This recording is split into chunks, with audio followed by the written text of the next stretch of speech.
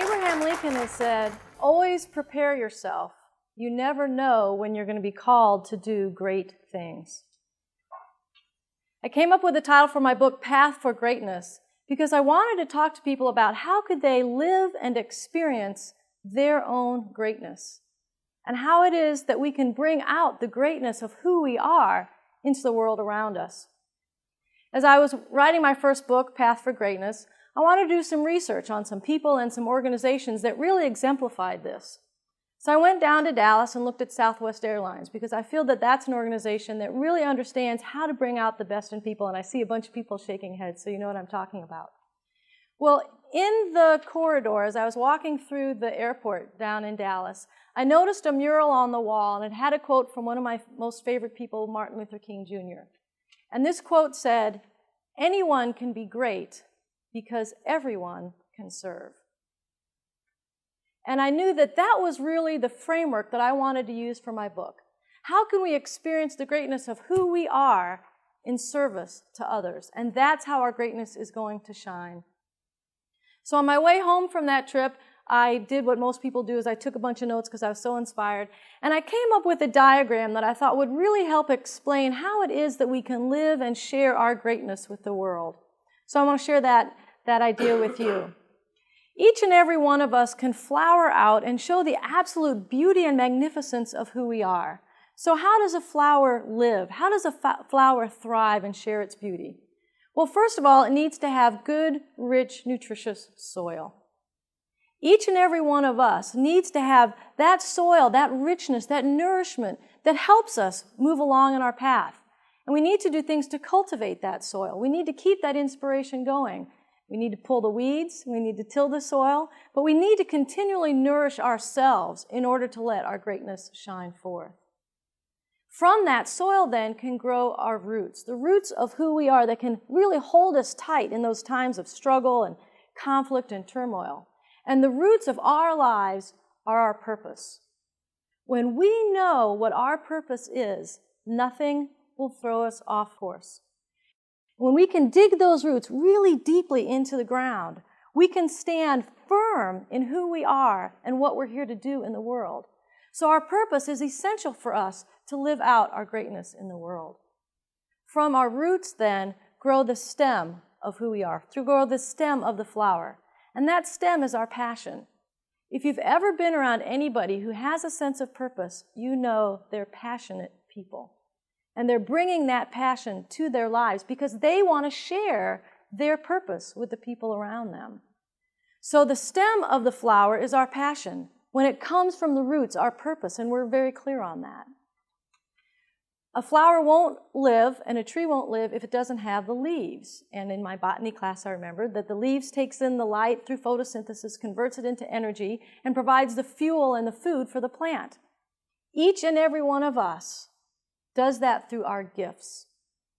We each have unique gifts that we are here to offer the world.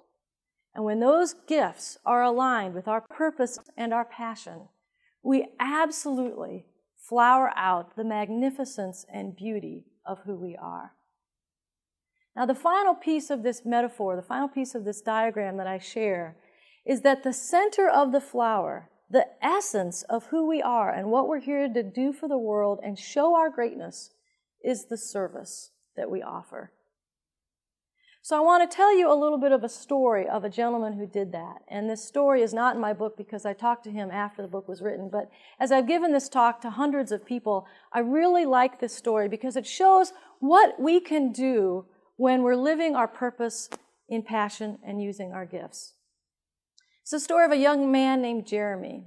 And Jeremy was a manager trainee of a grocery store chain. So one of his tasks was to oversee the operation of one of the grocery stores in his town. One of the things that he had to do was close the books and take care of all the final paperwork at the end of the night.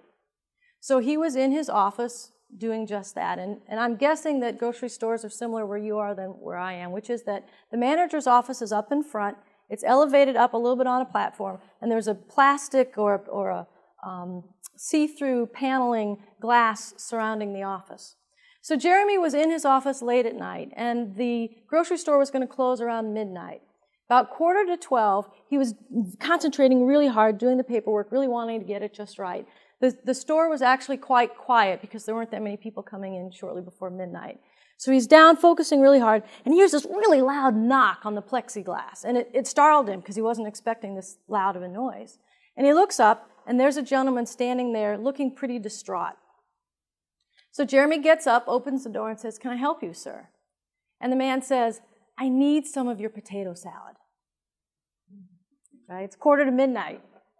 So Jeremy says, he's thinking to himself, customer service. So he says to him, "I tell you what, our deli usually closes about 30 minutes before the rest of the store closes so that the deli manager can put all the food away and get everything all cleaned up. But if you want, I will go back and ask the deli manager if he's got some potato salad that I can give to you." And the man said, "Oh, I'd really appreciate that." So Jeremy goes back to the kitchen where the deli manager was and explains the situation. And the deli manager says, "Sure, no problem." He takes some of the potato salad out, he scoops it up, he puts it in a container, and he gives it to Jeremy.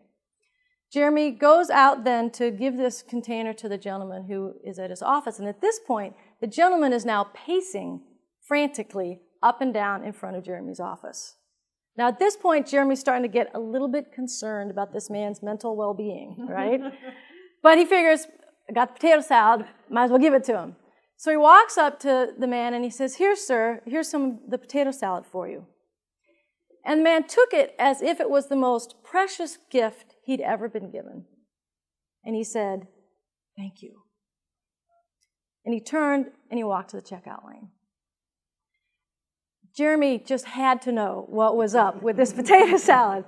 So as the man was walking to the checkout line, Jeremy called after him. He says, "Excuse me, sir, I just got to know, why was it so important that you got that potato salad tonight? You could have waited till the morning. It probably would have been fresher." And the man turned and he looked at him and he said, "My wife is undergoing chemotherapy, and she often gets really sick at night. And when she's feeling nauseous, she can't sleep. And it's really hard for her to go through the night when she's not sleeping well.